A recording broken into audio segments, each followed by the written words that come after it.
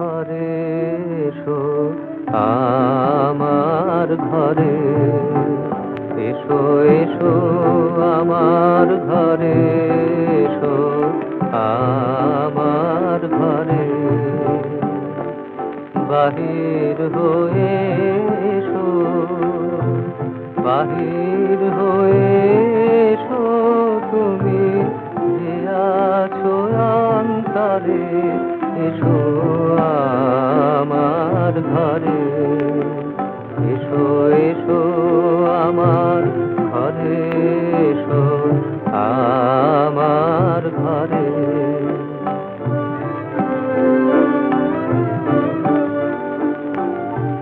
সকল দুয়ার খুলে এসো, অরুণ আলোকে এসো মুগ্ধ এ চোখে।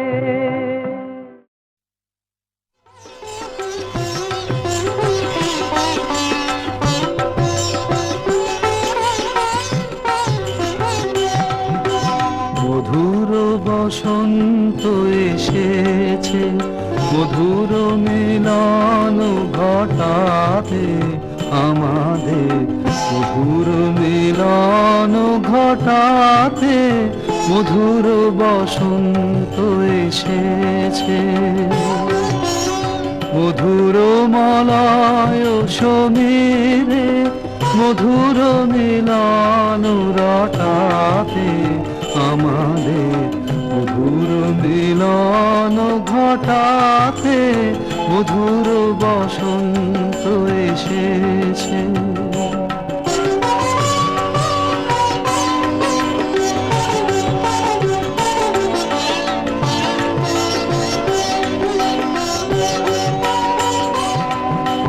কুহকলে খনি ছুটায় কুসুম তুলিছে ফুটায়, কুহকলে খনি ছুটায় কুসুম তুলিছে ফুটায়, লিখিছে প্রণয় কাহিনী বিবিধ বরণ ছটাতে মধুর বসন্ত এসেছে।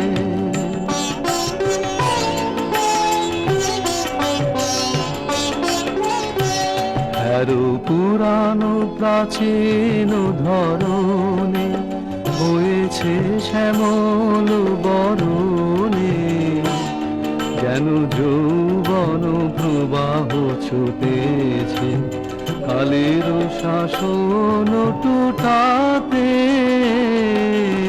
পুরানো বিরাহ আনিছে নবীন মিলন আনিছে, পুরানো বিরাহ আনিছে নবীন মিলন আনিছে, নবীন বসন্ত আইল নবীন জীবন ফুটাতে মধুর বসন্ত এসেছে।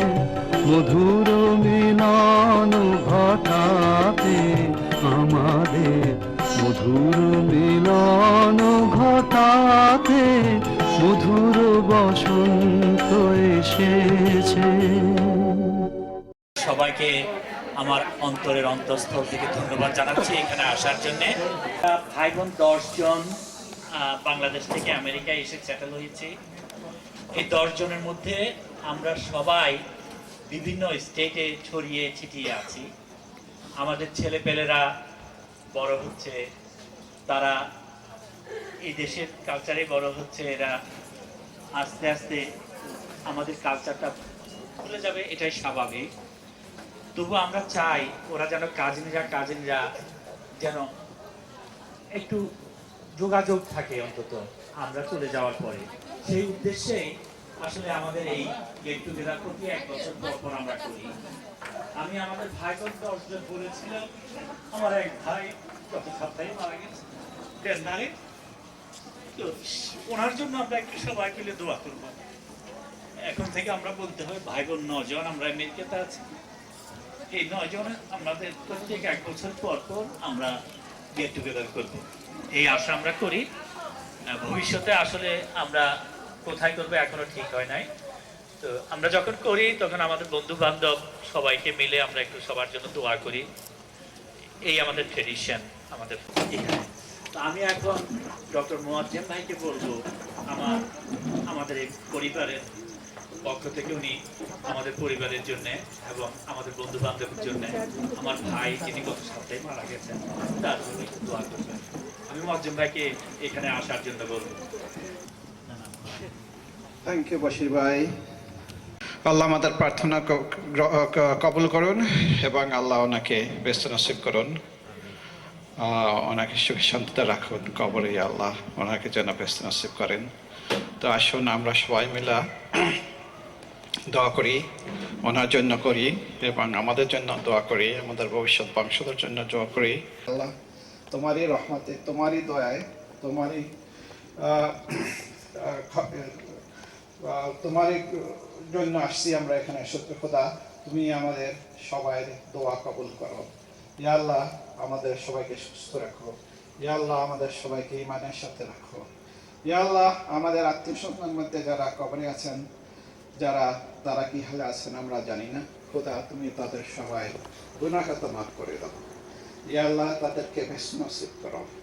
আমাদের মধ্যে যারা আত্মীয় স্বজনের মধ্যে যারা অসুস্থ আছে, ইয়া আল্লাহ তাদেরকে সুস্থ করে দাও। ইয়া আল্লাহ তাদের শেফা দাও।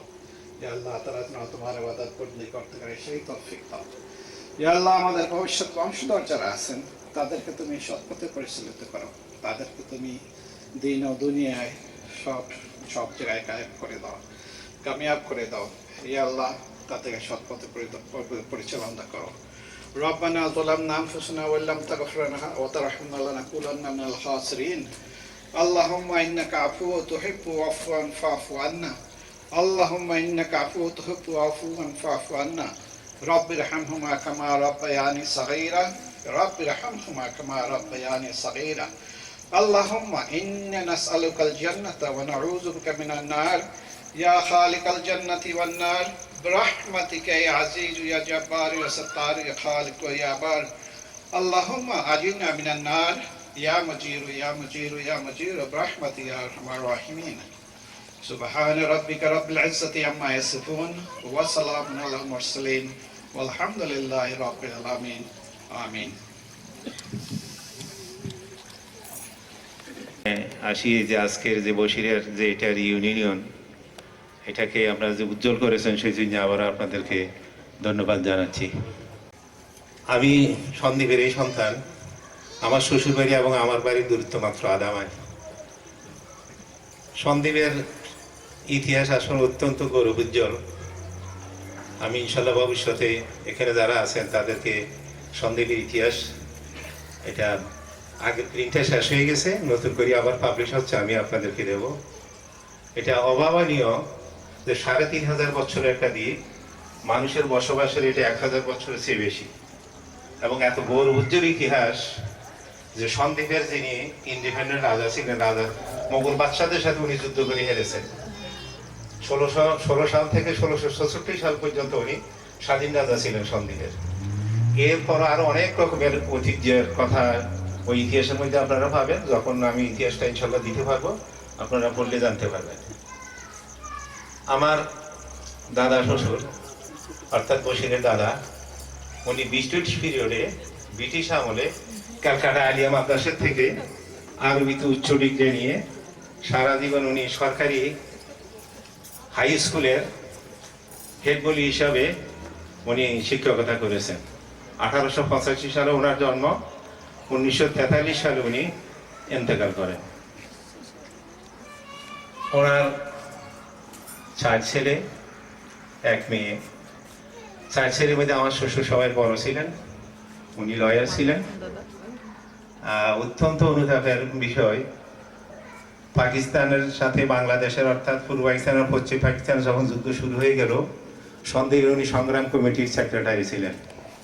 পাক হানাদার বাহিনী প্রায় 500 নৌবাহিনীর লোক সন্দীপে তারা গেল। সন্দীপে যাওয়ার পর তৃতীয় দিন ওনারা কারফিউ দিলেন। আমার শ্বশুরকে আসরের নামাজের পরে বাসার থেকে ডেকে নিয়ে গেলেন। নিয়ে যাই উনি থানাতে ওনাকে অনেক প্রশ্ন করলেন। মাগরিবের পরে বললেন যে চলো তোমাকে দিয়ে আসি। যখন ওনার বাড়ির দরজাটা ক্রস করে নিয়ে যাচ্ছিলেন উনি তখন বলছিলেন যে আমাকে কোথায় নিয়ে যাচ্ছ? বললো যে তোমাদের এমপির বাড়িতে নিয়ে যাচ্ছি। সামনে একটা বড় খাল ছিল, ওটার নাম ছিল সাঁওতালের খাল। সেই খালের উপর একটা বড় ব্রিজ ছিল, ব্রিজ মাঝখানে যাওয়ার পর বলেন যে তুমি যাও।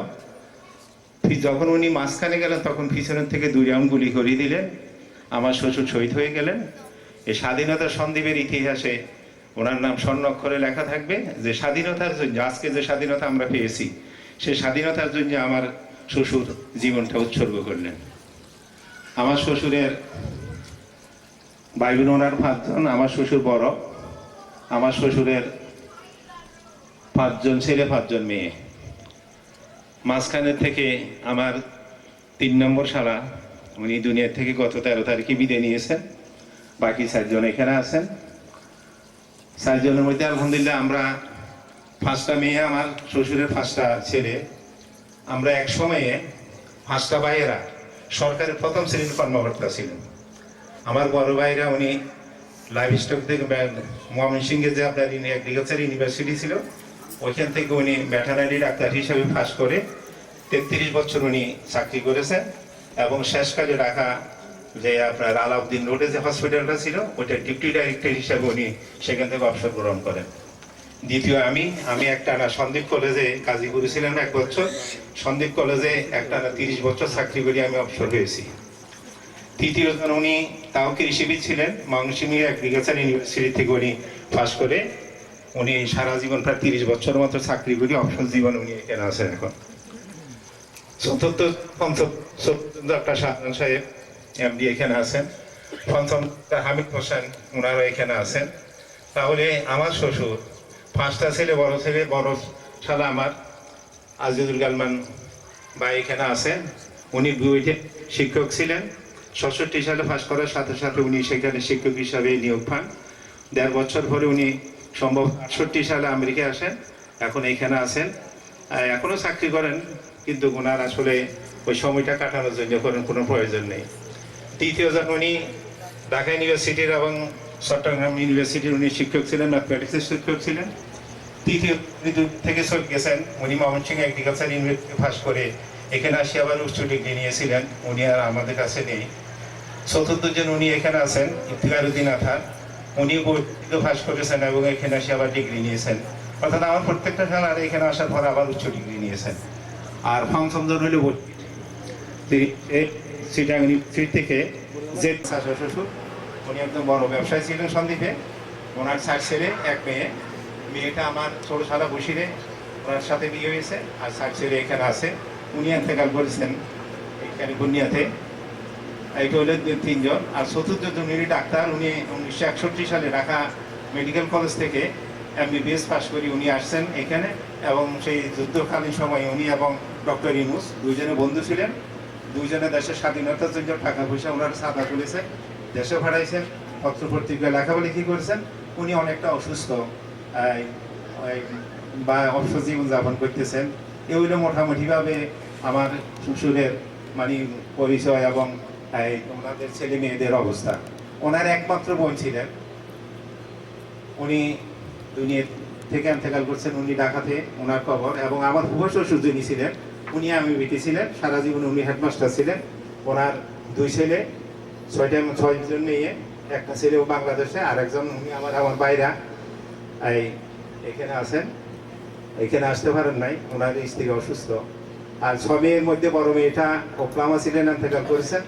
একজন ডাক্তার হিসাবে দিল্লি মহিলা মেডিকেল কলেজের উনি স্কলারশিপ ওখানে লেখাপড়া করেছেন, পরবর্তীকালে ওখানে বিয়ে হয় এবং সেখানে আছেন।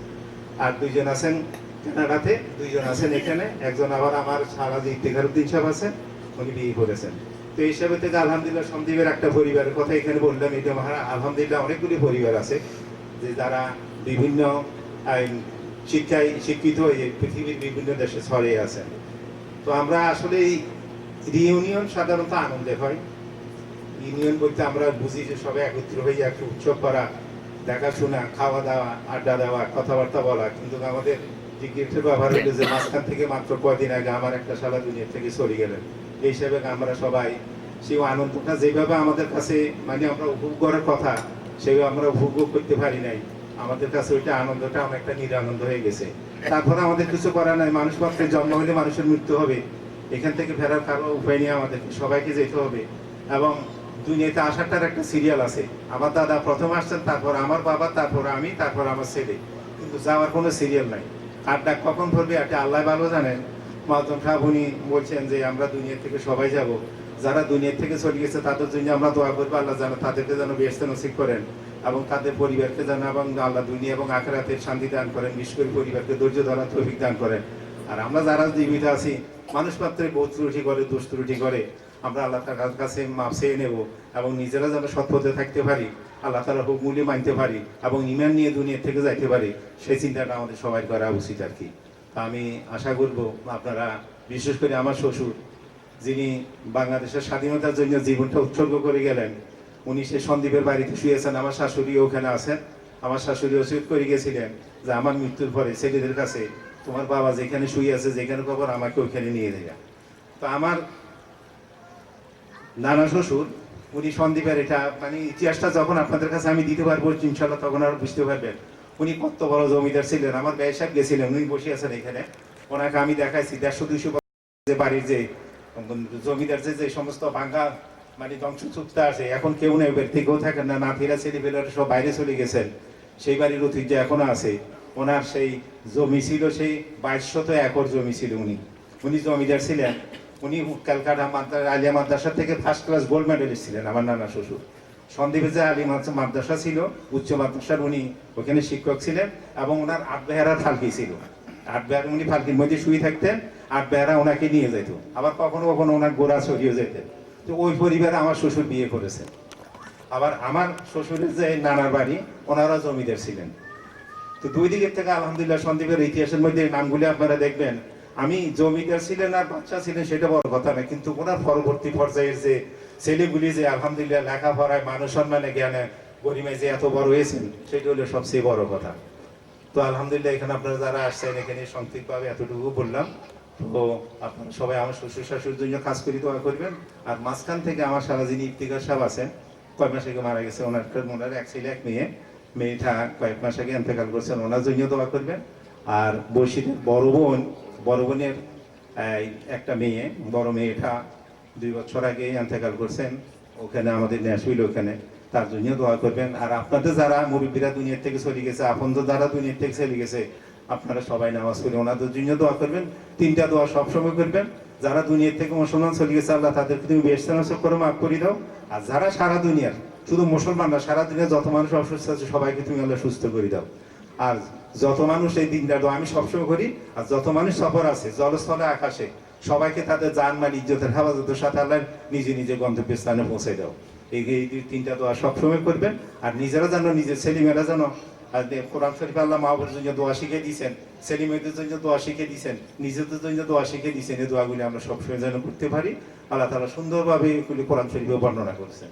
তো আপনাদেরকে এই কিছু সময় আমি নষ্ট করলাম, এই জন্য কিছু মনে করবেন না, দোয়া করবেন আমার জন্য, আপনাদের জন্য আমি দোয়া করবো ইনশাল্লাহ। আপনারা সবাই যেন ভালো থাকেন। আমাদের ছেলেমেয়েরা, বিশেষ করে এই দেশে যারা আছি, আমাদের একটা জিনিস শুধু মনে রাখতে হবে, এই দেশের রিজিকটা অত্যন্ত হালাল রিজিক। আমরা, আপনারা যারা এই দেশে কাজ করি, চাকরি করি, সরকারি হোক বেসরকারি হোক, এই দেশের আপনাদের রিজিকটা হালাল। আর আল্লাহ তাআলা বলছেন পরিষ্কারভাবে কোরআনে হাদিসে, হে আল্লাহ, আমার মা বাপ ছোট অবস্থায় আমাকে যেভাবে টেক কেয়ার করছে, আদর যত্ন করছে, লালন পালন করছে, আমার বাপ দুনিয়া থেকে চলে গেছে মা বাপ, তাদেরকে তুমি ওইভাবে টেক কেয়ার করো। আর ছেলে সম্বন্ধের ব্যাপারে আবার আল্লাহ তাআলা কোরআন মধ্যে দোয়া করা বলছেন, সুন্দর করে শিখে দেয়, রব্বানা হাব লানা মিন আজওয়াজিনা যুররিয়াতিনা কুররাতা আইয়ুন ওয়াজআলনা লিল মুত্তাকিনা ইমামা। তো এখানে আমরা সবসময় তাদের জন্য দোয়া করবো, আমাদের সন্তানদের সঙ্গে মা বাবার জন্য আমরা দোয়া করব। তো আল্লাহ যেন আমাদেরকে সবসময় এই তৌফিকটা দান করেন। সবাইকে ধন্যবাদ জানিয়ে আমি বিদায় নিচ্ছি। আসসালামু আলাইকুম ওয়া রাহমাতুল্লাহি ওয়া বারাকাতুহু। আমিন। আসসালামু আলাইকুম। আমরা এতক্ষণ পর্যন্ত এই পরিবারের সকল সদস্যদের সম্পর্কে কিছু শুনতে পেয়েছি। আমি এই পরিবারের সঙ্গে অনেকদিন থেকে জড়িত। আমি যখন হাই স্কুলে পড়ি 1947 সালে, 1947, তখন সন্দ্বীপ হাই স্কুলে ছিলাম এবং সন্দ্বীপ টাউনে থাকতাম। সেই সময় জাহিদুর রহিম সাহেব ওখানে ওকালতি করতেন। সেই থেকে ওনার সঙ্গে আমার প্রথম পরিচয় হয় 1947 সালে। তারপরে সেই সময় অ্যাকচুয়ালি আতার সাহেব হচ্ছে শফিক আতার সাহেব ওই ঢাকা রিসার্চ করতেন এবং ছুটিতে দেশে আসতেন, সন্দ্বীপে 2-3 দিন থাকতেন, তারপরে দেশে চলে যেতেন বা গ্রামে চলে যেতেন। তার সঙ্গে আমারও বেশ পরিচয় হয়। কাজেই প্রথম 47 থেকে শুরু করে এই পর্যন্ত আমি এই পরিবারের সঙ্গে অনেক রকমের জড়িত ছিলাম এবং আছি। আমি যখন ঢাকা ইউনিভার্সিটিতে পড়ি তখন শফিক সাহেব অবস্থায় করেন ইয়েতে ইডেন গার্লস কলেজে থাকতেন আজিমপুরায়। তখন আমি তার বাসায় যেতাম এবং সেখানে আমি ডক্টর জিল্লুর রহমানের সঙ্গে আমার পরিচয় হয়। আমি ইউনিভার্সিটি পাশ করার পরে যখন রাজশাহী গভর্নমেন্ট কলেজে যাই তখন শফিক সাহেব রাজশাহীতে ছিলেন। উনি রাজশাহী ইউনিভার্সিটিতে প্রফেসরি করতেন এবং ওনার সঙ্গে আবার দেখা হয়। আমি যখন কলেজে ছিলাম তখন আমার এক ছাত্র ছিল এই পরিবারের পুরাইন আমার ছাত্র ছিল রাজশাহী গভর্নমেন্ট কলেজে। পুরাইন কি আছে এখানে? আছে না, উনি আসতে পারেন, আমার বড় বোন। আমাদের বড় বোন। আচ্ছা, তো পুরাইনের সঙ্গে আবার দ্বিতীয়বার দেখা হয় লস অ্যাঞ্জেলেসে অনেক দিন পরে। আমি একটা গ্রোসারি স্টোরে গেছিলাম, আরবিনিয়ান গ্রোসারি স্টোর লস অ্যাঞ্জেলেসে, ওখানে ওকে দেখতে পেলাম। তারপরে সবাই কিছু কারণের মধ্যেই আমি বশির আদার সঙ্গে দেখা হলো এবং তখন থেকে আমরা খুবই ঘনিষ্ঠভাবে চলাফেরা করেছি। কাজেই আমার এই পরিবারের সঙ্গে আমার অনেক দিনের পরিচয় এবং এখনও পরিচয় আছে, এখনও যোগাযোগ আছে। কবিরুদ্দিন সাহেব যখন আসেন তখন আমি ওনার সঙ্গে দেখা করেছি এবং উনি আমাদের কাছেই ছিলেন লস অ্যাঞ্জেলেসে।